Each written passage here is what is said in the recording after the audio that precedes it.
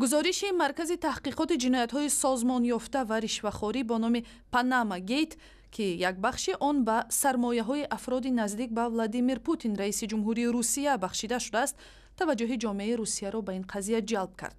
در این گزارش که روز دوشنبه نشر شد ثابت شده است که نزدیکان پوتین در شرکت‌های آفشوری دولت پاناما بیش از 2 میلیارد دلار را نگاه می‌دارند. معلومات عظیم و فراگیر سخema و یا راه‌های از خودکنی پول‌ها و هم سرمایه‌های شرکت‌های مختلف را در روسیه فاش می‌کند. در این گزارش اسم چند فرد نزدیک به پوتین و خانواده او نام برده شدند که در انتقال پول‌ها به شرکت‌های آفشوری دست دارند. عین زمان این گزارش به طور مستقیم نمیگوید که صاحب ملک این سرمایه‌ها خود پوتین است، چون که تحقیقات ژورنالیستی ثابت کرده است که این شرکت‌ها به نزدیکان پرزیدنت تعلق دارند. با این وجود منقدان باور دارند که از این راه پرزیدنت روسیه در اصل برای خود زمینه‌های مالی و پولی را در خارج درست می‌کند. تحقیقات همسان اینچنین سخمه‌های پولشویی مقامات عالی آذربایجان، اوکراین، سربستان، ایسلندیا، بریتانیا و کشورهای دیگر را فاش می‌کند. در حالی که برخی رهبران کشورهای نامبرده علکه به تحقیق این معلومات امر دادند، در کرمل میگویند که اتهامات پا در هوا را اصلا شرح نخواهند داد. ولی با این وجود در داخل روسیه این گزارش با انتقاد زیادی جامعه شهروندی روبرو شد. مارک روتف شارح بخش روسی رادیوی آزادی در شهر مسکو که این قضیه را دنبال کرده است حالا به صحبت می‌پیوندد. مارک سلام، بگویید که در دوام یک شبانه روز بعد پخش گزارش مذکور واکنش در داخل روسیه به این گزارش چی بوده است؟ مشکل است که واکنش این مقامات روسیه را به سندهای پاناما بهاگذاری کنیم. دریو سالیوان رئیس مرکز تحقیقات کروپسیا و جنایت‌های سازمان یافته در صحبت مقدماتیش با سخنگوی پوتین دمیتری پسکوف با او گفته است که آنها را شب‌های بیخوابی انتظار است. ولی به نظر می‌رسد که شب 3 اپریل خواب دمیتری پسکوف خوب برده است، چون که او تنها 4 اپریل در رابطه با سندهای فاش کننده پاناما گیت صحبت کرد. او طور انتظار می‌رفت همه این معلومات را دروغ و هرزگویی نامیده همه اتهامات را رد کرد.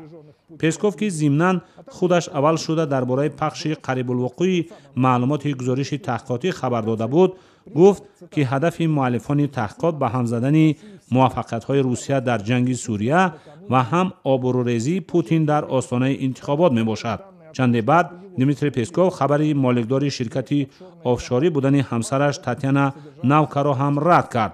اسم ناوکا هم در گزارش آورده شده است. رهبر وتب بانک اندری کوستین این گزارش را یک هرزگویی نامید و گفت که پوتین هیچگاه در این کارها دست نداشته است. از روی گزارش پاناما گیت، بانک زیرتبای وتب RCB بانک در قبرس به شرکت آفشوری سرگئی رادلوگین قرضهای امتیازناک میداد. مطبوعات او را دوست نزدیک پوتین مینامد. جالبش این که با رد کردن مطالب پاناما گیت، کوستین آگاهانه و یا تصادفاً دختر پوتین بودن کاترینا تیخونووا را تصدیق کرد. یعنی همکنون این گزارش در روسیه از قبیل سیر و اسرار شد که تفصیلاتش به همه معلوم است. واکنش صاحبکار روتنبرگ از همه جالب بود. او معلوماتی در گزارش آورده شده را قسماً تصدیق کرد.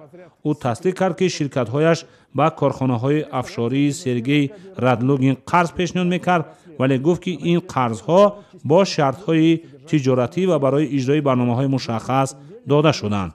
ولی به سوال اساسی مربوط به کدام برنامه‌ها بودن قرض‌ها روتنبرگ پاسخ نداد. حالا با فکر شما پخش این گزارش چی پیامدی داشته می‌تواند؟ واکنش ساختارهای تفتیشاتی و یا قدرتی را به این گزارش نباید انتظار شد، بخصوص با نظرداشت رابطه‌های ساختارهای قدرتی و تفتیشاتی با کرملین. مطبوعات رسمی قریب که حرفی را درباره اسم شهروندان روسیه در گزارش تحقیقاتی پاناما گیت به زبان نآوردند، ولی عین زمان درباره پول‌های در آفشور گذاشته رهبران دیگر از جمله پترو پوروشنکو را خیلی به تفصیل بررسی کردند. وکیل دوما از مخالفین دمیتری گودکوف در نتیجه روز سه‌شنبه در مراجعتش به تاس و ریا نووستی از آنها سوال کرد که با کدام سبب آنها نتیجه های تحقیقات پاناما گیت را پورا پوشش ندادند. گودکوف محض نادیده گرفتن فسادکاری‌های مقامات روسیه را در این فاشکاری‌ها تاکید کرده است. منظور او سخمه‌های آبولای‌کنی پول‌ها از جانب پوتین و هم افراد نزدیک به او در حکومت روسیه میباشد. کاربران شبکه‌های اجتماعی باشند به دو گروه تقسیم شدند. یک بخش میگوید که در این باره کیها میدانستند و 2 میلیارد دلار در برابر 40 میلیارد دلار آفشوری در گذشته فاش شده هیچ است، ولی دیگرها میگویند که محض با همین راه قانونی فاشسازی قدم به قدم و پیشنهاد سندهای واقعی می شود وضع را تغییر داد. ضمن خود دریو سالیوان که محض با او صحبت کردن گفت که انتظار ندارد که در روسیه کدام اقدام در نسبت مقامات فسادکار گرفته شود، ولی او امید دارد که اقلا یک بخش دیگری جامعه روسیه باور حاصل میکند که مقامات رهبری کننده روسیه در بیرون بردن پولها و جا کردن آنها در شرکت‌های آفشوری دست دارند. شاید بعد این مدت این ساکنان روسیه به خلاصه می‌آیند که برایشان دیگر چنین پرزیدنت لازم نیست. در روسیه میگوید او بسیاری ها باور دارند که بر عوض بزرگی و پرقدرت بودن حکومت می شود فساد را تحمل کرد، ولی من باور دارم که این وضع دیر دوام نمی کند و وقتی همه درباره واقعیت کاری مقامات بلندپایه آگاه می شوند آنها دست به عمل می زنند، گفت او. ضمن دریو سالیوان و همکارانش می گویند که بخش نوی فاشکاری ها هم به زودی پخش می شود.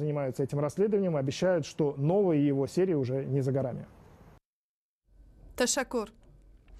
با سوالهای رادیوی آزادی مارک کروتوف، شورح بخش روسی رادیوی آزادی از شهر مسکو پاسخ داد.